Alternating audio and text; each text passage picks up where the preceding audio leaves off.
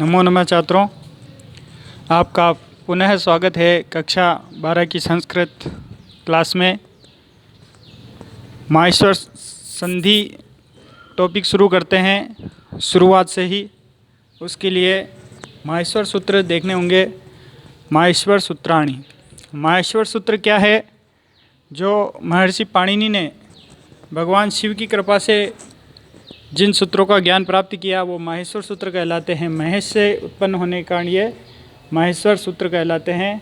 माहेश्वर सूत्रों की संख्या है 14 है। माहेश्वर सूत्र कहा जाता है कि भगवान शिव के डमरू की ध्वनि से इन सूत्रों की उत्पत्ति हुई है।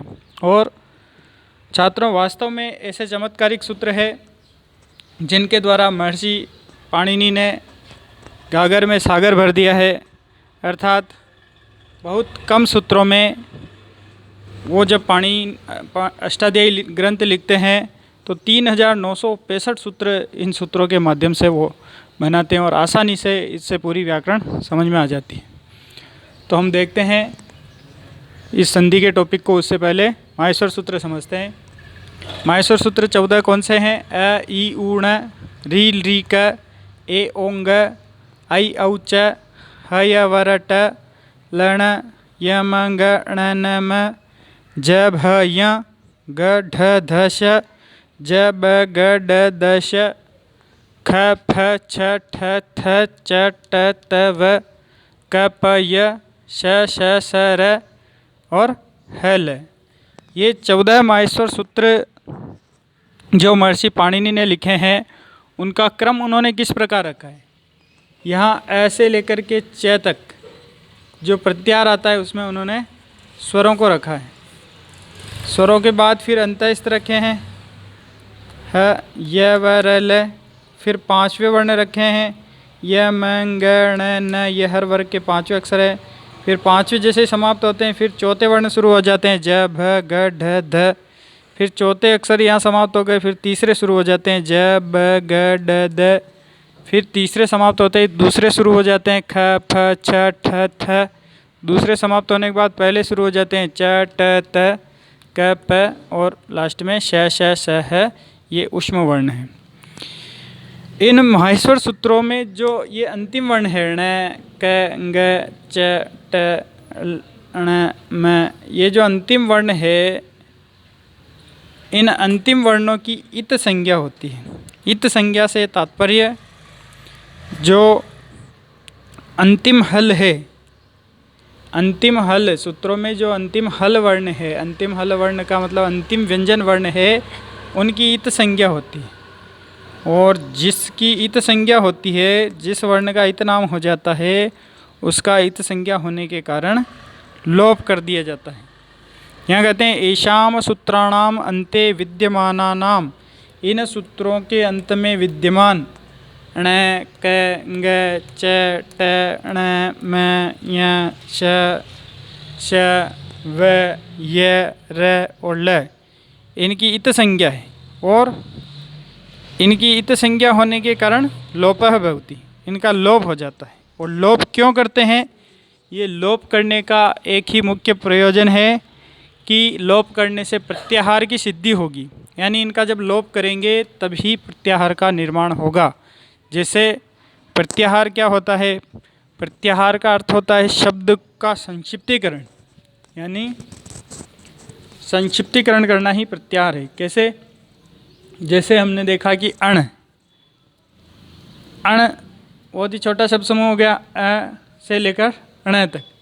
यानी अ तो देखेंगे बिना हलंत वाले वर्णों में, देखा अ यहाँ पे आ रहा है, और ण ये जो हलंत वाला ये है, अंतिम इत संज्ञक है। तो अण प्रत्याहार की जब सिद्धि करेंगे, अण प्रत्याहार में कौन से वर्ण आएंगे? अ, ई और उ। इसका लोप कर देंगे, इत संज्ञा होने के कारण इसको नहीं लिखा जाएगा। यानी अण प्रत्याहार में 3 वर्ण आए, अ, ई, उ। और देखते हैं अक। अक प्रत्याहार में अ देखेंगे बिना हलंत वालों में, देखा अ यहाँ पे आ रहा है, और क हलंत वालों में देखेंगे ये क। तो अक में अ, ई, उ, इसको छोड़ दिया अंतिम को, फिर री री, यानी 5 वर्ण आ जाएंगे, अ, ई, उ, री री। अक प्रत्याहार में 5 वर्ण।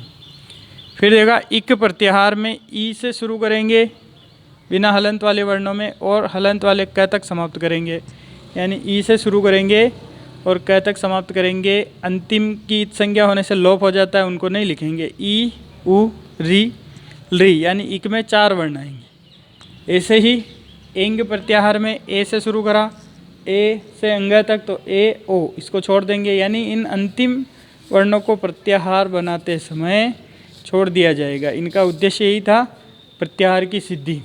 जैसे अच देखा, अच प्रत्याहार में अ से लेकर च तक ये वर्ण आते हैं, अ से लेकर च तक, अ ई उ री ली ए ओ ऐ औ, यानी अच प्रत्याहार में ये सारे स्वर आते हैं, तो अच से तात्पर्य स्वर भी होता है। इसी प्रकार हल में ह से लेकर के ल तक सारे वर्ण आ जाते हैं, यानी कि सब व्यंजन वर्ण आ जाते हैं, यानी हल का तात्पर्य सभी व्यंजन।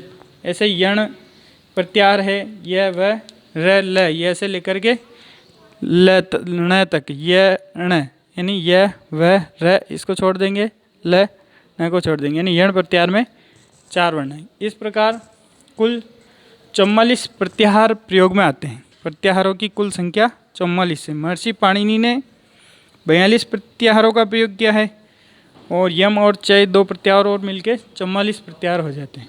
इन प्रत्याहारों के माध्यम से ही हम संधि में आगे देखेंगे कि यण संधि का सूत्र आएगा कि इक के स्थान पर यण हो जाता है, इको यणची सूत्र आएगा, तो वहाँ इनकी जरूरत पड़ेगी कि इक क्या है। तो इक बोलते ही हमें मस्तिष्क में आएगा कि इक में 4 वर्ण आते हैं, ई उ री, और इक का यण होता है, तो यण क्या होता है, यण में 4 वर्ण आते हैं, यानी यह व र ल। तो जब हम संधि की शुरुआत करेंगे तो हम देखेंगे कि इको यणची सूत्र, आसानी से सूत्र के माध्यम से हम संधि को पढ़ लेंगे कि इक का यण हो जाता है, फिर आया ची, इको यण ची, यानी अची यानी स्वर बाद में होने पर तो इक का यण कर देंगे। तो उनमें ये माहेश्वर सूत्र बहुत काम आएंगे, तो इनको सही से स्मरण करें, इनको क्रमशः स्मरण करना आवश्यक है।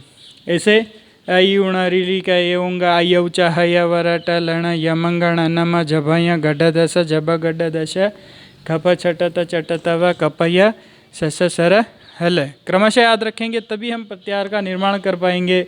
जैसे मान लो कोई प्रत्याहार आ गया कि जश प्रत्याहार है, तो जश में फिर हमको सूत्र अगर याद है तो जश, ये जश है, जैसे श तक बोलना है, ज ब ग ड द, यानी जश प्रत्याहार में तीसरे वर्ण आते हैं, जैसे लेकर के द तक, ज ब ग ड द। तो इन्हें सही से स्मरण करें, फिर हम शुरुआत करेंगे संधि की। जय तु संस्कृतम, जय तु भारतम।